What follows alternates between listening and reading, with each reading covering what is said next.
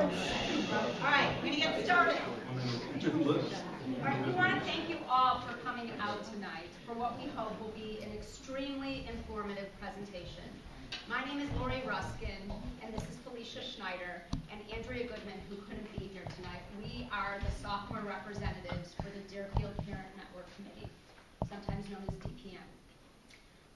DPN is an organization providing an open forum to parents in order to share ideas and learn new ones. Our aim is to share, educate, and empower. We are an all-volunteer organization. DPN has a wide range of excellent programs this year. There will be a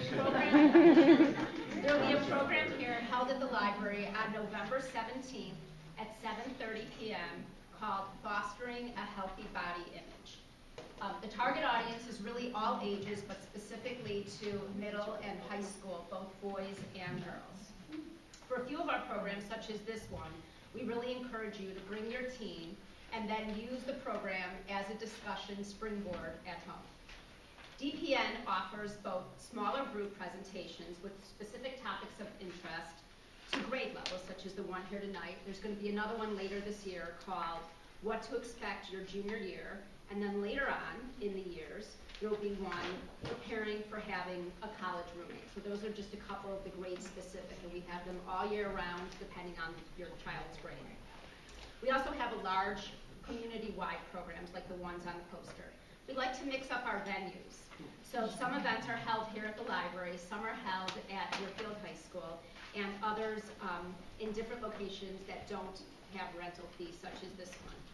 Our events are open to the public and they're free of charge. We know you're all very busy and you can't come to everything, so please make sure you check out our website, deerfieldparentcommittee.org. Look under past events or archives and you'll find detailed programs, notes, and sometimes even a past video presentation. This presentation is being videotaped tonight, so if you have friends who weren't able to be here, you can tell them to visit the site and it will be up in a few days. So we really appreciate your help. Last year we had over 2,800 people attending over 14 of our events. So we'd like to reach out to more and more families so that people know all about it. And we'd love for all of you to spread the word about what Deerfield Parent Network has to offer to parents of all kids, not just high school kids. We have programs from kindergarten through high school. And if you provide us with your email, we're also able to email you about all of our speakers and our events. Okay, for an upcoming event, feel free to spread the word, tell your friends, tell people new to the neighborhood about Deerfield Parent Network. So we mentioned that we are an all-volunteer organization, so we do take donations, and we strongly encourage you to give whatever you feel that you can so that we can continue to provide these type of programs. And if you're able to give cash or check, we're able to process credit cards, and you get a little sticker that you can put on your car, and you also get, when you donate, a coupon for car wash. So I know that is really $5 off for car wash at, let me make sure, at North Shore Auto Spa, which is right on Skokie Valley Road, just north of Half Day. And it's just about a minute up the road from Target. So they're also helping sponsor. It's actually $5 off every time you go. Stop it. Every time you go. Every time you go. And with a lot of new drivers, I'm sure you want to keep your car clean.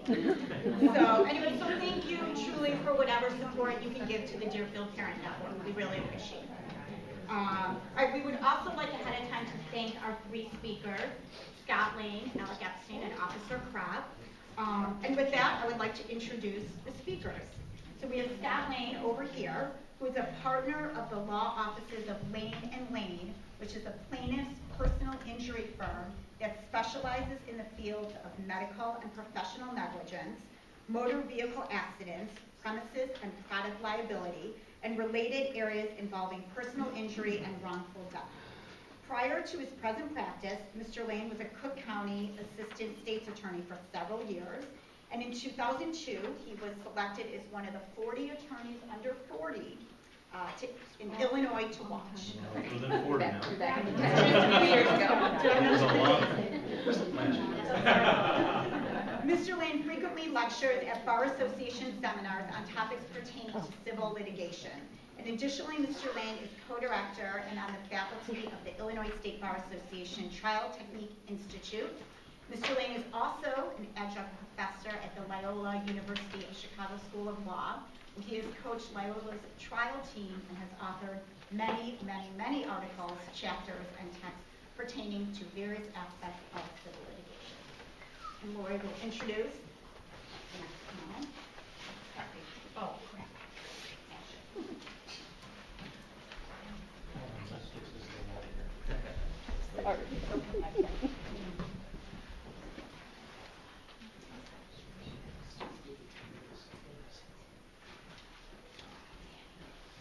It's my wingman.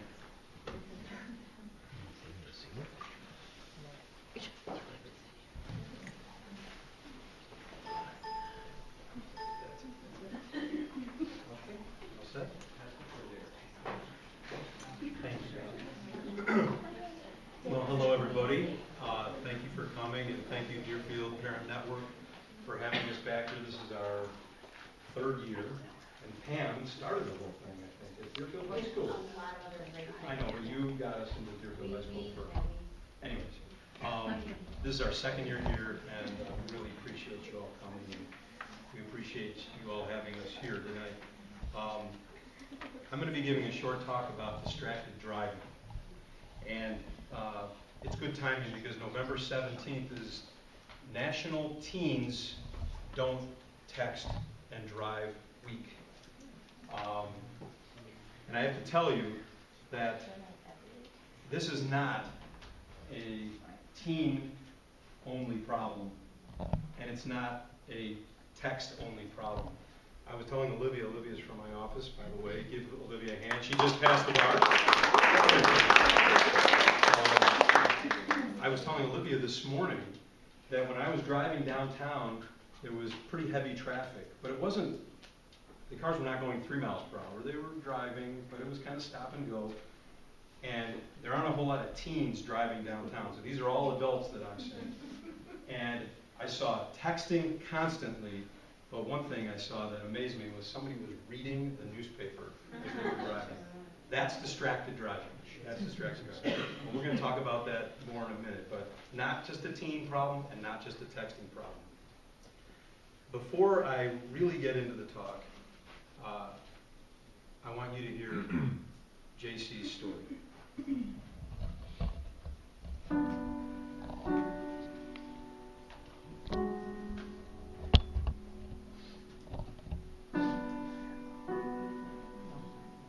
My dad had a bumper sticker that said hang up and drive long before people, 10 people had cell phones, and he had that bumper sticker. My parents knew that it was dangerous and it was something they would never do and got angry when they saw other people doing it.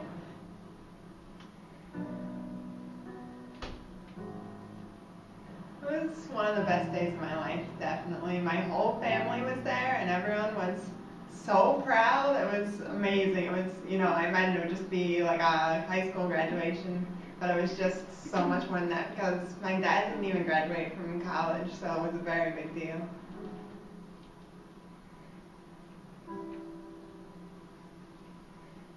We approached a green light and we started to proceed through it, and as we did so, an 18-year-old young man was talking on his cell phone, approaching a red light, and failed to notice that it was a red light and turned left, and as he did that, a tractor trailer swerved to miss him and took our car on full force. We were just at the wrong place at the wrong time. It could have been any one of the cars on the road that day. Both of my parents were dead instantly. I wasn't breathing. A paramedic happened to live right there and came and readjusted my head, and I took a gasp for air, and I was rushed to the hospital, and I spent, I think, 9 hours in surgery that night. No one really expected that I would live past the first 36 hours, but I just kept making improvements. I was moved to a rehab hospital, and it was at that point that I started making my own memories. At before that, people have told me stories, but I don't remember anything on my own. And I think it was about 2 months after the accident that it finally sunk in that Mom and Dad were gone.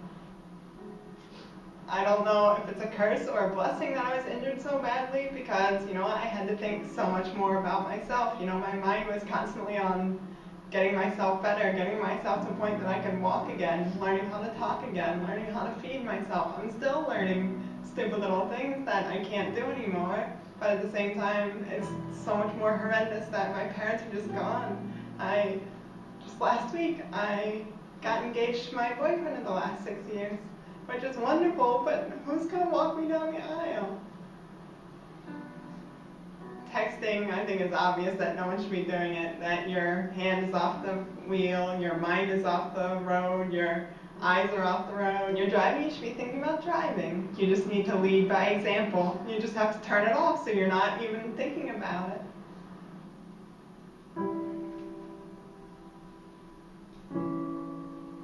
Distracted driving kills. Safe driving starts with you. I'm not here to convince you that distracted driving is a bad thing. I think we can all agree that it's a bad thing, and that's why you're all here, because you care or you were instructed to be here. But it's obviously a problem. But I am here to, and I think all of us, Alex and Officer Coop, we're here to make you think and to help you make good decisions, help you become a safer driver, and also help you teach others. And I'm talking to the parents, and I'm talking to the kids. Help you teach others to make good decisions and be safer drivers. You can talk to your friends, and the parents can talk to their kids who aren't here. Make them make good decisions and become safer drivers. So what exactly is distracted driving? Driving while engaged in any activity that could divert a person's attention away from the primary task of driving. So that's one definition. So it's not just texting, it's not just using your cell phone, it's any activity that distracts you from driving. What are some of the things? Types of distracted driving? Texting, calling, eating. I mean, seriously, making a waffle, adjusting the radio, using the navigation devices. I mean, that's like operating an airplane, some of these navigation devices in these cars. Which reminds me, actually, last year or 2 years ago when we spoke here, an article came out in the newspaper about a pilot who forgot to put his landing gear down because he was reading text. That's a true story. So you can imagine a pilot doing that. Drivers are adjusting the navigation devices. But really, it's anything. It's combing your hair, looking in the mirror, which I don't have, but if you were doing that, okay? Though that is distracted driving, not just texting, not just talking on the phone. And I'm not going to focus on some statistics, but here's a couple. Motor vehicle accidents are the leading cause of teen death, motor vehicle accidents. Texting increases the risk of a motor vehicle accident 23 times. Here's the key. Only 5% of motor vehicle accidents with injuries from distracted driving involve texting or making calls. So 95% involve other types of distracted driving. That's something that I don't think we think much about. I know I didn't before I got involved in this. So there's really, when you think about it, there's three main types of distractions. You've got manual, using your hand, hands not on the wheel. You've got visual, you're not looking at the road ahead, you're looking at the radio, you're looking somewhere else, you're looking down, you're looking at your food, whatever it is, visual. Cognitive, you're not thinking about driving. You're thinking about this telephone call that's coming in, somebody that you need to talk to. You're not thinking about the task at hand. And that's why texting is so bad. because it involves all three different types of distraction: manual, visual, and cognitive distraction. Now, we'll get to that in a second, but when they've done studies, and what they have found is that it takes average 4.5 seconds to read a text or to send a text. 4.5 seconds. If you are driving 55 miles per hour, you can go 100 yards in 4.5 seconds. So if you're reading a text for 4.5 seconds on the highway going 55 miles per hour, you are driving the length of a football field, basically blindfolded.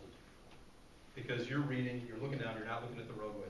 4.5 seconds, you're going 100 yards. That's crazy, driving the football field blindfolded. So we know it's risky, but we still drive distracted. Why? Because people think, I'm a good driver, I can handle this, I can do it. I drive more carefully when driving distracted. That one, I don't quite get. I have no idea what it is. I can multitask, and this is a big problem. We're going to talk about that in a second. But people think, I can handle, I'm skilled, I'm a good athlete, I'm coordinated, I can multitask. We're going to talk about that in a minute. I have to, I'm so busy. How many people are driving down the roadway and eating because they're saying, well, I don't have enough time. When I get there, I'm not going to have time to eat, so I got to do it now. I got to make some calls right now because I don't want to drive for the next 45 minutes and have all these calls waiting for me at the end. I want to knock them out now. I gotta use this time driving to get some work done. Everyone does it, and we're human. We see other people doing it. You hear about it. You see your friends doing it. You see your parents doing it. Everybody's doing it. It's okay. Nothing bad will happen. That pertains to just about everything. Smoking, drinking, distracted driving is no different. Nothing's bad is going to happen to me. That's the odds. It's just for a few seconds. What can happen in a few seconds? I'm going to take a chance. The fact is that you can't multitask. You can't multitask. You either decide you're going to drive safely or you're going to be a distracted driver. So let's listen to this video. And this expert is going to tell us why it is that people just cannot multitask while they're driving. Not physically possible. We hear a lot about multitasking. It's a good thing to be a good multitasker, and we're all challenged to do that, especially today with the kind of mobile communications technology we have available to us. What researchers are finding out is that the human brain really does not multitask. It's sequentially tasked. It goes back and forth from one difficult task to another. Now, this doesn't apply to things like walking and chewing gum, but two cognitively demanding tasks the human brain cannot do at the same time. It goes back and forth. I like to call it toggle tasking. And some people are better at that than others. But at any given moment, the brain has to be focused on only one of those tasks. We now know, we never knew this before, we didn't have any reason to know it, but we now know that the act of a telephone conversation, a conversation with somebody who is not in your environment, is more cognitively demanding than we ever dreamed. And we've always known that driving a vehicle is cognitively demanding. So the brain's got to choose one, can't do both. And if an event happens while driving the vehicle and you don't respond to it as quickly or as well as you should, the consequences are huge. It can result in death, loss, serious injury. It's a very, very serious thing. A good example, I ask people, I say, can you watch your favorite television show or movie? Be engaged in it, follow it closely while you talk to somebody on the phone. People say, no, I got to choose one or the other, and that's the exact point. If that's the case, how can we expect to drive a 5,000-pound vehicle through a dynamic, always changing environment where the smallest mistake could result in serious injury? When you get a chance, try this experiment. It's kind of fun. Take a cell phone, hands-free. You're not using your fingers, it's hands-free. have a telephone conversation with somebody, and then at the same time, try to count backwards from 100, right? 100, 99, 98, 97, while you're trying to carry on a conversation hands-free with somebody on the phone. Can't do it.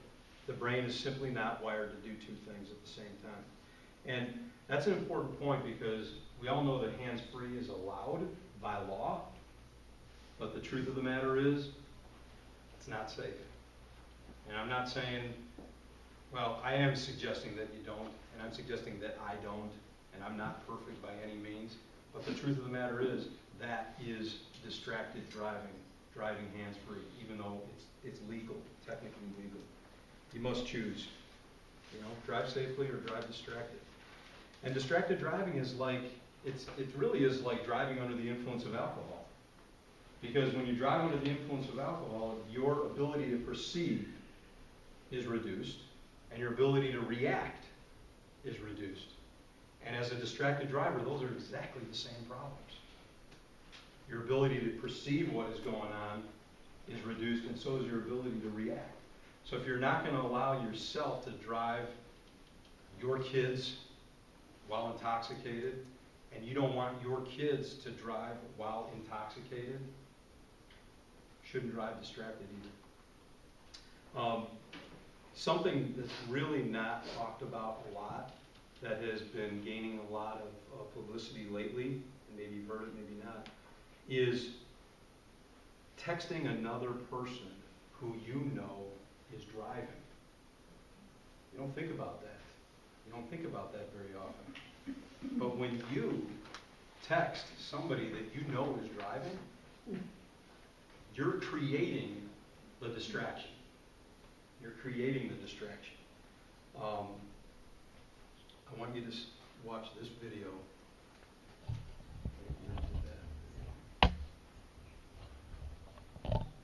About two sisters and that very problem.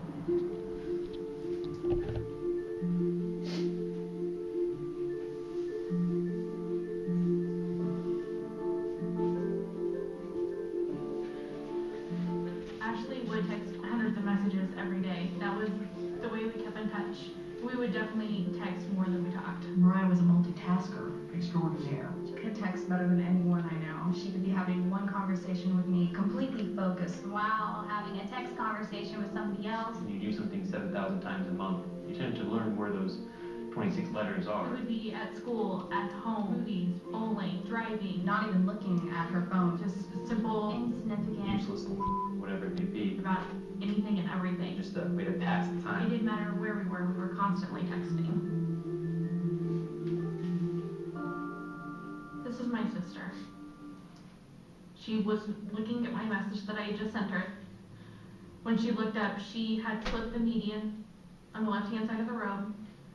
Her truck flipped, and as it was flipping, she was actually ejected through the driver's side door.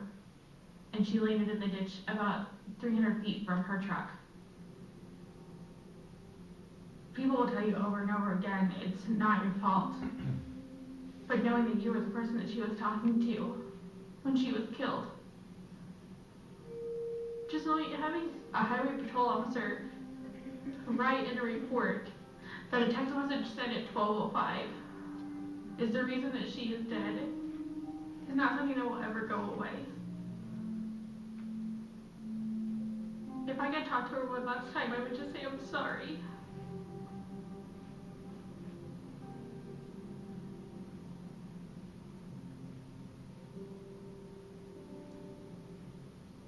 This is her cell phone that she used in the accident.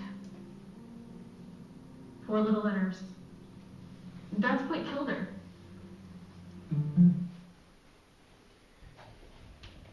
My wife Nancy told me yesterday that she saw on Facebook a story about a mom who had texted her daughter, I think very recently, and her daughter was in high school, and while she was reading the text, she got involved in a crash.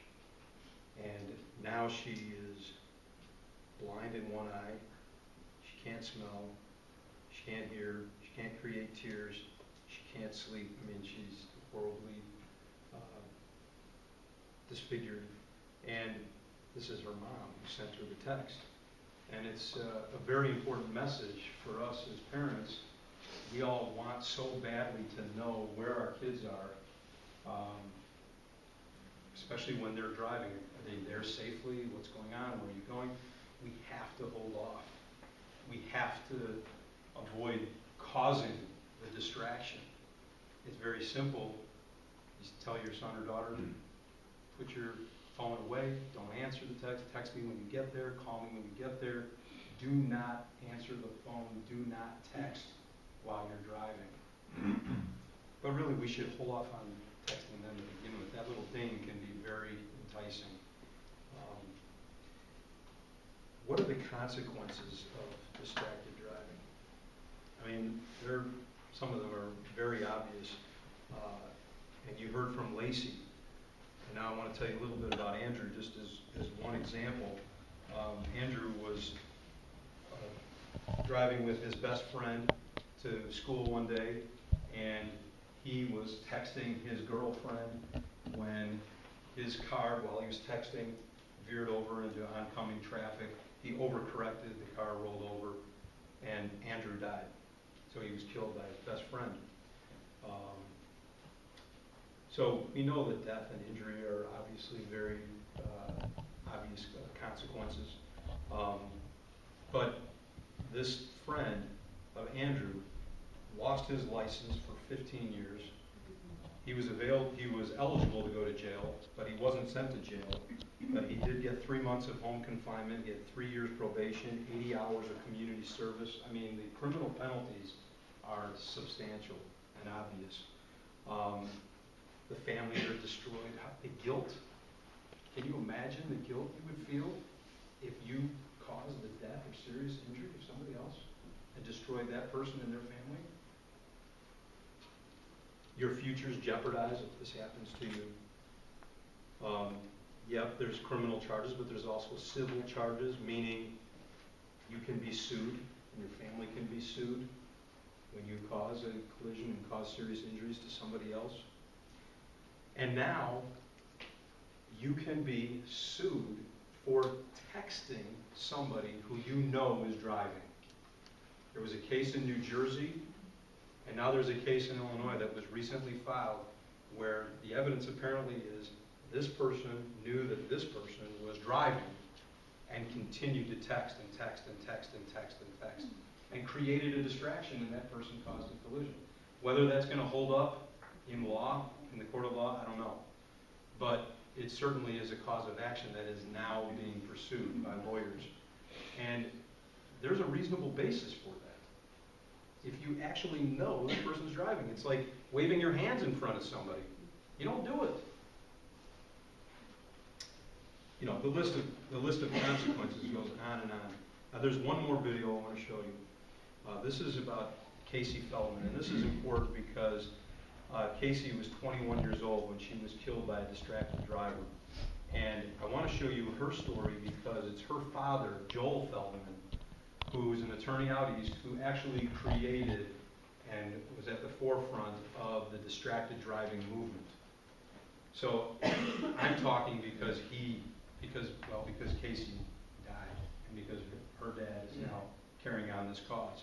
And he has asked attorneys around the country to give these presentations. But in the video, Casey's friends talk about how Casey's death affected them and how it made them safer drivers.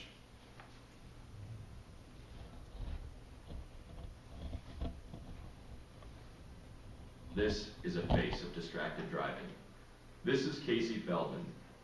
Casey was a daughter, granddaughter, sister, niece, cousin, and friend. She was kind, caring, had a great sense of humor, lived life to its fullest, and was loved by many. She was so funny and so vibrant and so beautiful in every way. She was smart, she was intelligent, she had goals for herself, she was really grounded, and she was someone that you knew would grow up to be somebody special, somebody important to other people. Casey's life ended on July 17, 2009. She was struck and killed by a distracted driver while she was crossing the street in a crosswalk. He had taken his eyes off the road for just a few seconds. It was the first time that I ever lost somebody, a friend, and someone my age. And it made me realize that that could have easily been me, that could have been my sister, it could have been anybody. Before Casey's accident, I drove distracted, and I would let people who were driving me be distracted. I know in high school, rushing around to activities, I'd be eating in the car and doing makeup in the car. I actually wrote a speech in the car once. I was changing the radio station while backing out of a parking spot, and I hit a utility pole. I would take my eyes off the road to do makeup, to text message, to use my phone. I think definitely as a teenager, when you're first driving, you do feel invincible, and driving can become a secondary task to whatever you're doing. You're basically operating a weapon. I think that people need to realize that they're operating something that has the power to change like 1,000 lives. No matter what it is you're trying to do in the car, it's not worth it. When you're driving, it's not a secondary task, it is the only task you should be doing. We must learn from Casey's death that as young people, we're not invincible. And we learned that it just doesn't happen to other people, it happened to Casey, someone that we love and miss very much. I think of Casey lying on the roadway after her accident, and when the police officer asked her how it occurred, she said, "I want my mom," and I wasn't there to comfort her in those last moments. What will it take for us to change the way we drive? I've stopped having meals in the car. I put one CD in and I just don't change it. I make sure my purse is in the back seat now, my phone is in the back seat. If I'm driving, that's the only thing I'm doing. This is the picture I have in my car of Casey to remind me to keep my eyes and mind on the road. You could do the same with a picture of somebody that you love and care about.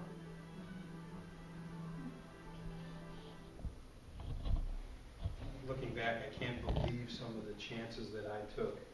And I'm not perfect by any means, and Hannah, my daughter who's here, knows I'm not. But I'm a heck of a lot better than I ever was. And you know, it's important to not confuse lucky with being a safe driver. Just because nothing's happened to you in the past, don't think you're gonna continue to be lucky.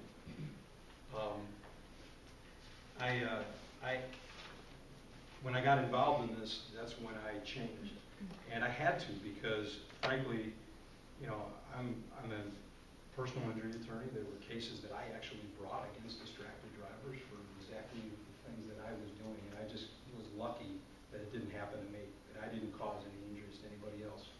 And then I had some kids here, and I'm a Deerfield parent, Deerfield High School parent. My son is now a senior, and he's not here, but he attended the program last year. And when I got involved in this, he had just got his permit. How in the world could I teach about distracted driving, and how could I tell Joe not to be a distracted driver when I was doing the exact same things that I'm telling him not to do? So I stopped being a hypocrite and started to try to be a role model. I think that's a really important thing for all of us to be thinking about.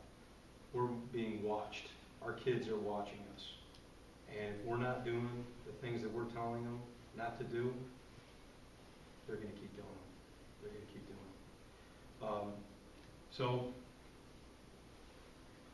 we have a choice. Every time we get in the car, we have a choice. Are we going to risk our life and the lives of somebody else in order to check the weather, to check the scores, to see what's going on with our friends that night, to check Facebook, Twitter, whatever else is out there? I don't know how any of those things work, but you know, is it really, really worth it? Because at those moments in time when you decide that it is important to check the weather while you're driving the car, you're just being selfish. You're only thinking about yourself, and you're not thinking about others. Hopefully the answer is no, it's not worth it, and we can make that choice to be safer drivers. There's a handout that says drive now, text later. There's articles in there There's the Illinois law, there's a list of specific suggestions to avoid distracted driving. And you know, when it comes down to it, it's really just 100% common sense. You know, turn off the phone, put it in the back seat. You can text now, text later, talk later. Designate a texter.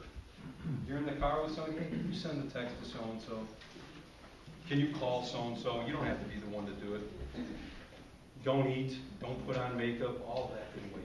All of that can wait. And don't text or call people who you know are driving, especially your kids. Don't contribute to that, to the distracted driving.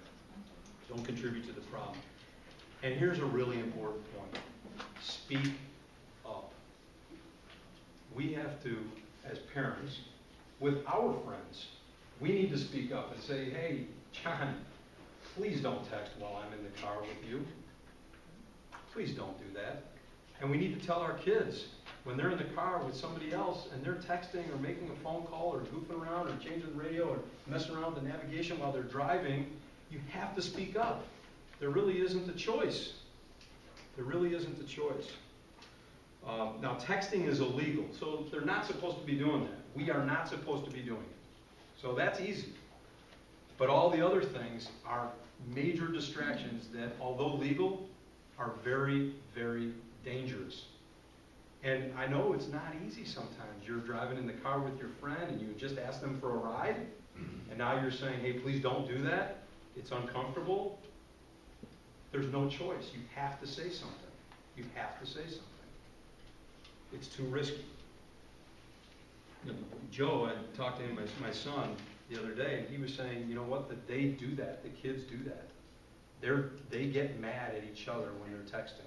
And I loved hearing that. I loved hearing that. That means the message is getting out there to some extent. We need to keep doing it. And as parents, we need to keep being good role models. Or start being good role models, I should say. So it starts with you. Change the way you drive. Obviously, it's a rippling effect. Change the way the others drive. And I want to leave you with a few requests.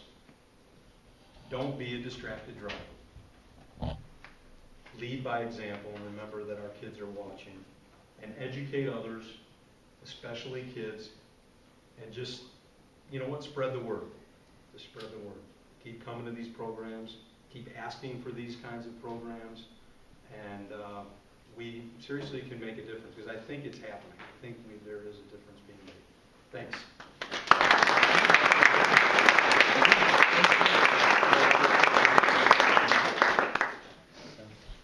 Thank you, Scott. And now I'd like to introduce Alex Epstein.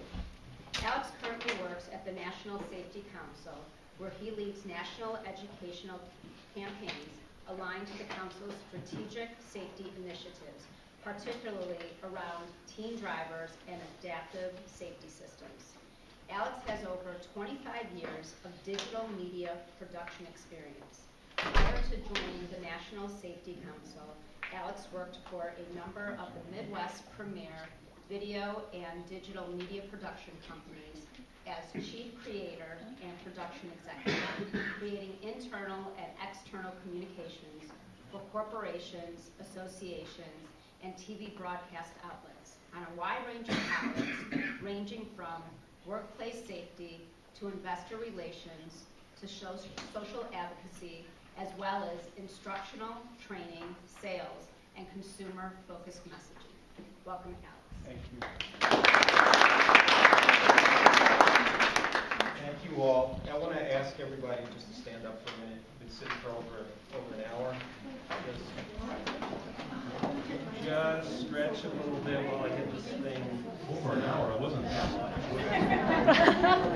You didn't start the program. Stop. I kept popping out. I know.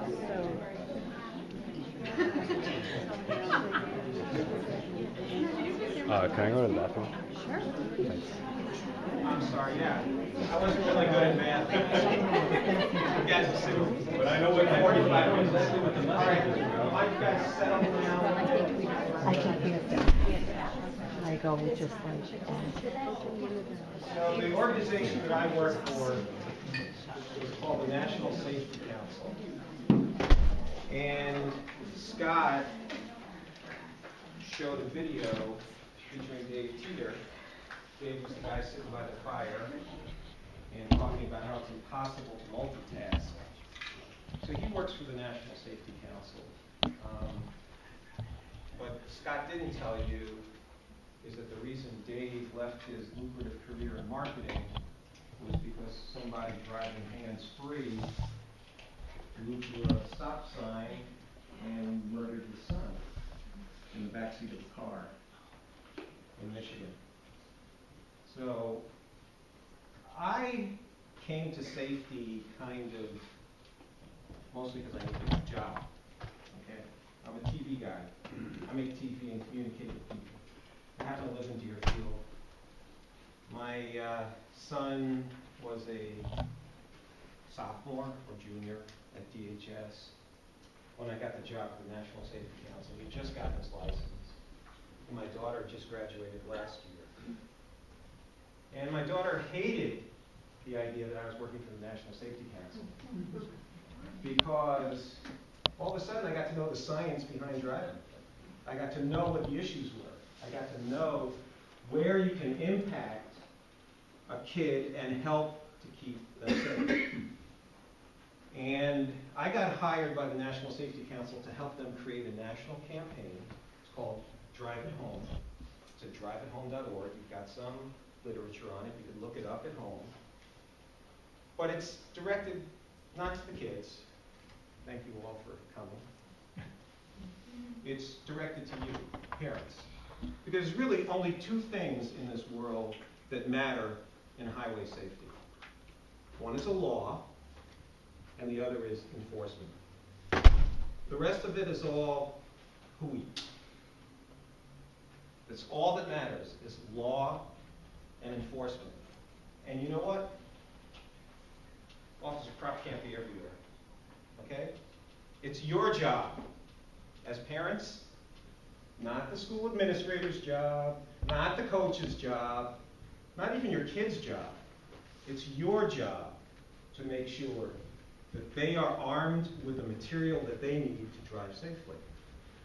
Why does it say that there are 50 hours required in the state of Illinois for a kid to get a permit or get their license? Why is it 50?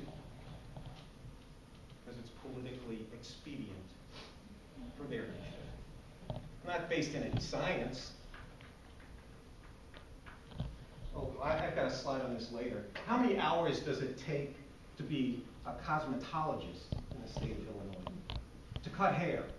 How many hours of practice? 1,500. And you're going to let your kid drive a car after 50 hours? I know you all know how to drive. I know, you're all geniuses. My kids are geniuses. 50 hours is nothing. I do that in a week of work, at least. All the parents here do that in a week of work. 50 hours is zero. I get emotional because there's nothing more precious than you guys, right? That's why your parents dragged you here. So hopefully something will rub off on you. But, so my daughter hated it when I started to work for the National Safety Council. Because all of a sudden I was saying this to her, all right?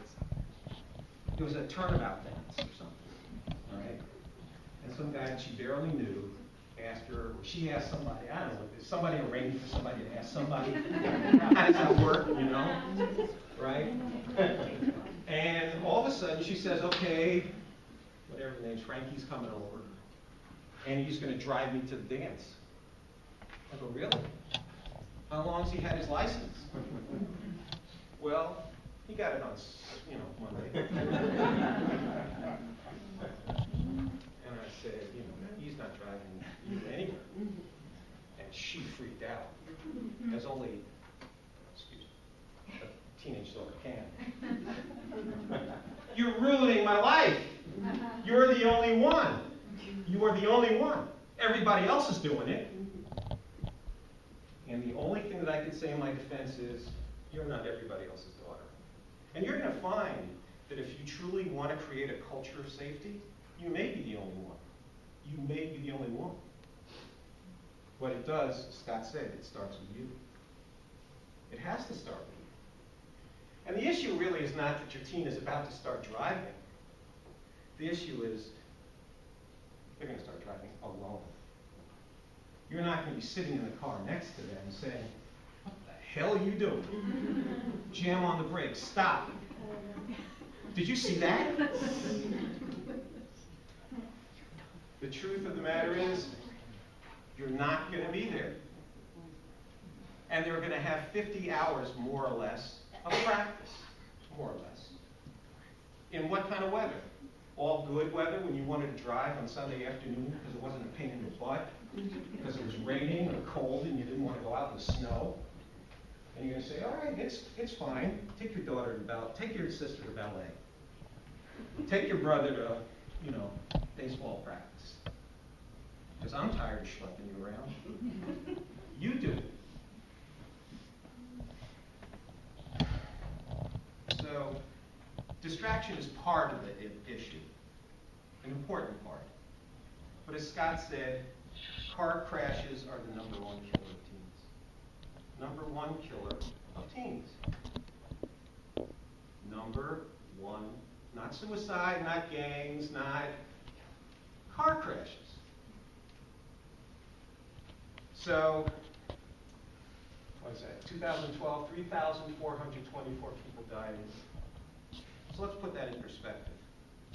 50 full school buses worth of people are dead a week.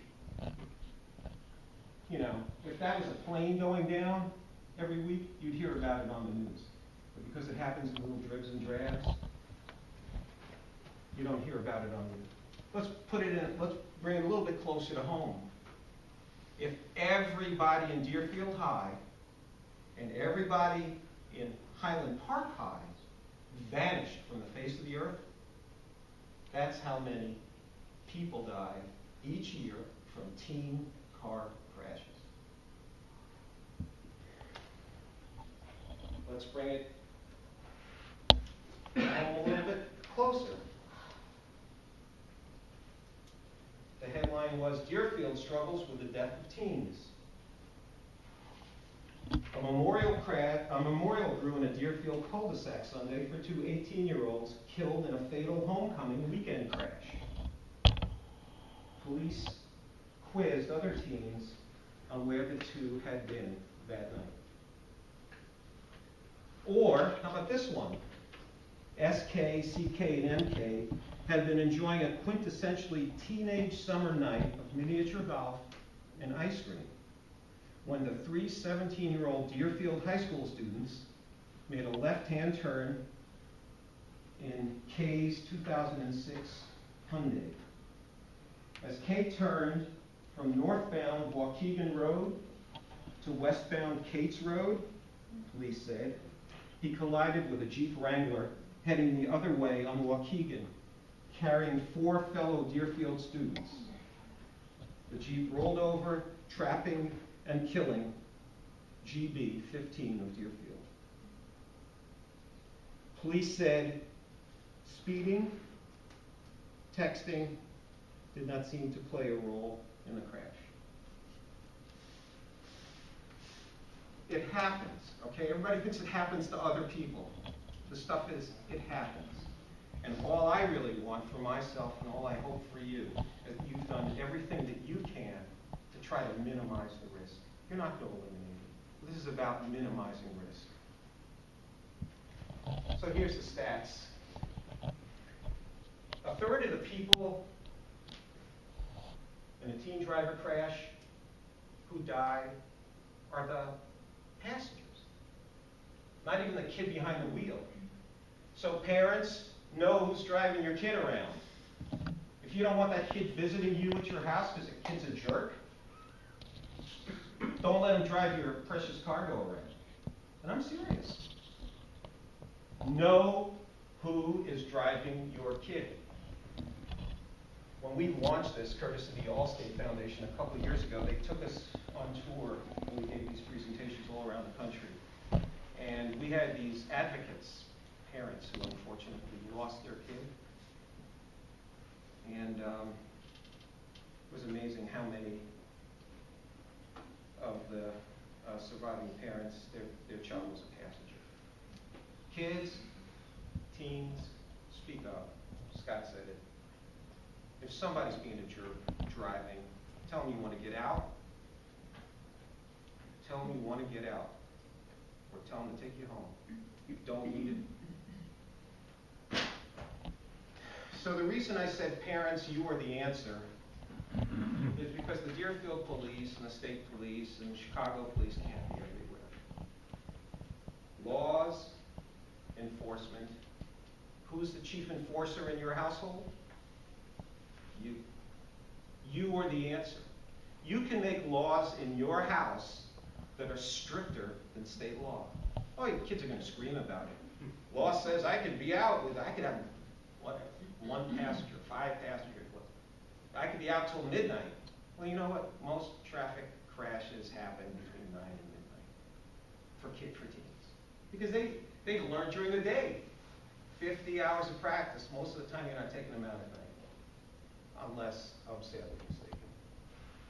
So they are learning on their own. And Waukegan Road looks different at night than it does during the day. I'm a pediatric emergency medicine doctor. I take care of patients at a big city hospital. My name is Allison Toby. I'm the medical director of pediatric emergency medicine at the University of Chicago Children's Hospital. One of the hardest things I do is tell a parent that their child was severely injured, or even worse, has died because of a motor vehicle crash. The statistics are staggering. More teens die of car crashes than anything else. Remind your teen how important it is to wear a seatbelt. It may not seem like they do, but your teen does look up to you. From the moment your kid turns around and faces front in the car, they are watching your behavior. Never text. Don't talk on the phone while you're driving. Don't even reach over into the glove compartment for something that you need. Set an example. Drive the way you want your teen to drive. For more ways to keep your teen driver safe, visit driveathome.org. I don't ever want to meet your teen in here because of a car crash.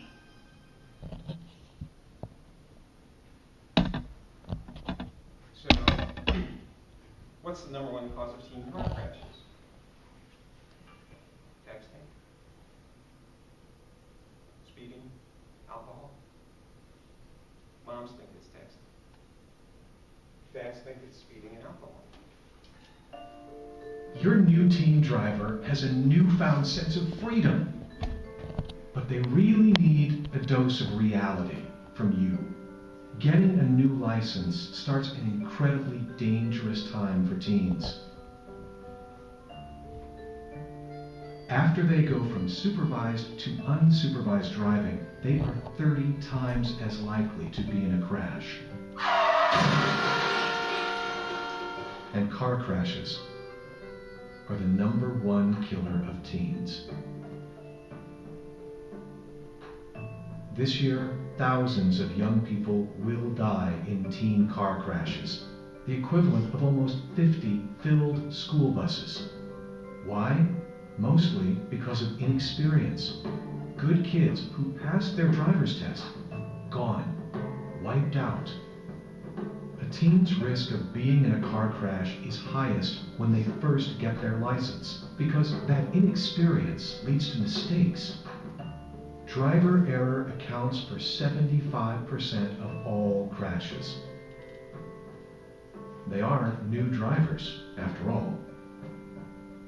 Take driving at night. Second nature to you is relatively new and potentially deadly to your teen. 40% of fatal crashes happen at night, most before midnight. Or driving with passengers. You do it safely all the time, but for 16 and 17-year-olds, the risk of death increases 44% with one young passenger, doubles with 2 young passengers, and quadruples when carrying 3 or more young passengers.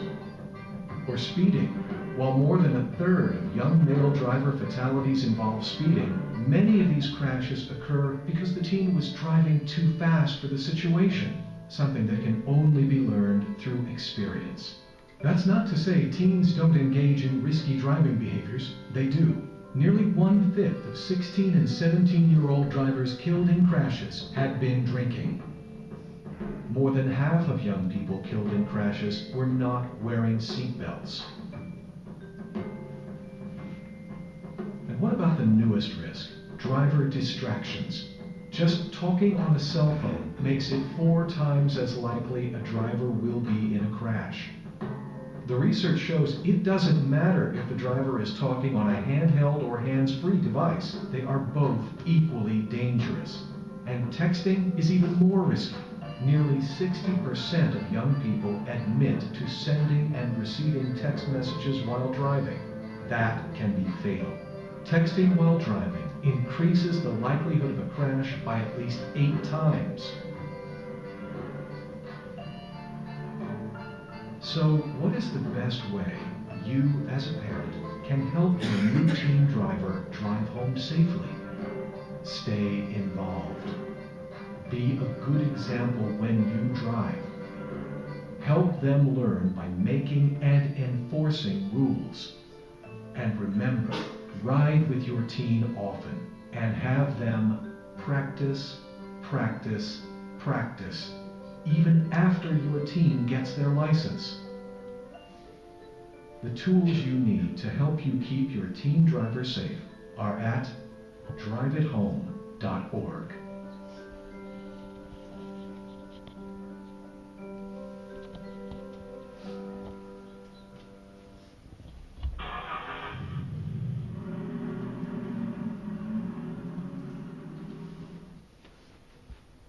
So all this stuff contributes, okay? If you can figure out what those icons mean, you're better than I am. But all this stuff contributes. The number one distracting thing research has found out, it's not talking on your phone. It's not texting. It's passing. What do you do with kids in the car? You screw around. I mean, that's their job. That's what they do. Turn the radio up as loud as you can and screw around. That's why they're driving around. It's the number one distraction.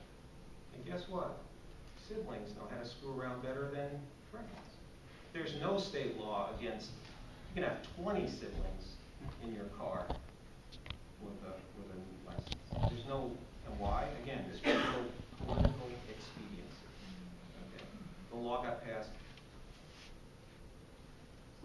Parents need, in our estimation, we're all, I'm not a traffic safety scientist, but I work with plenty of them. And the best antidote that we found is for a parent to stay checked in with their teen after they get their license. So once a week, take a ride with your teen. Drive somewhere. Have them drive you. I know you feel better when you drive. I know you get there faster. If all that stuff is true, then why are you letting them drive by themselves so that they can like crash into somebody else and learn it? By the way, we don't call them accidents. We call them crashes because most of them can be avoided. So we don't refer to this stuff as accidents. We've been through this.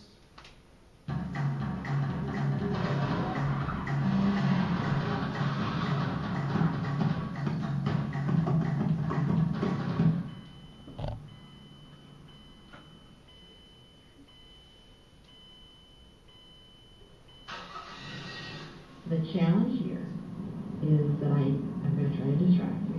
We'll see how you handle, a couple everyday tasks. Grabbing a drink of water. Turning on the radio, and then changing the radio station. All right, go ahead, full throttle. Now you grab that water bottle for me. Take that bottle out, open that up for me. Shuffle. There you go. Don't crash the cone, slow down. Open the water bottle. Take a shot right from that.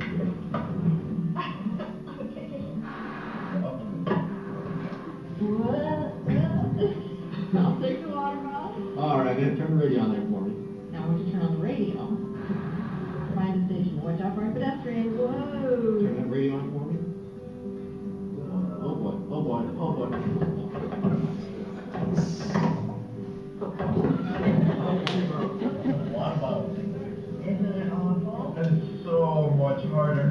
a little bit excitement there, or would you like us to go on? Just like a few seconds of opening the water bottle, I could have read into like 3 or 4 things. I was surprised at how much I didn't see.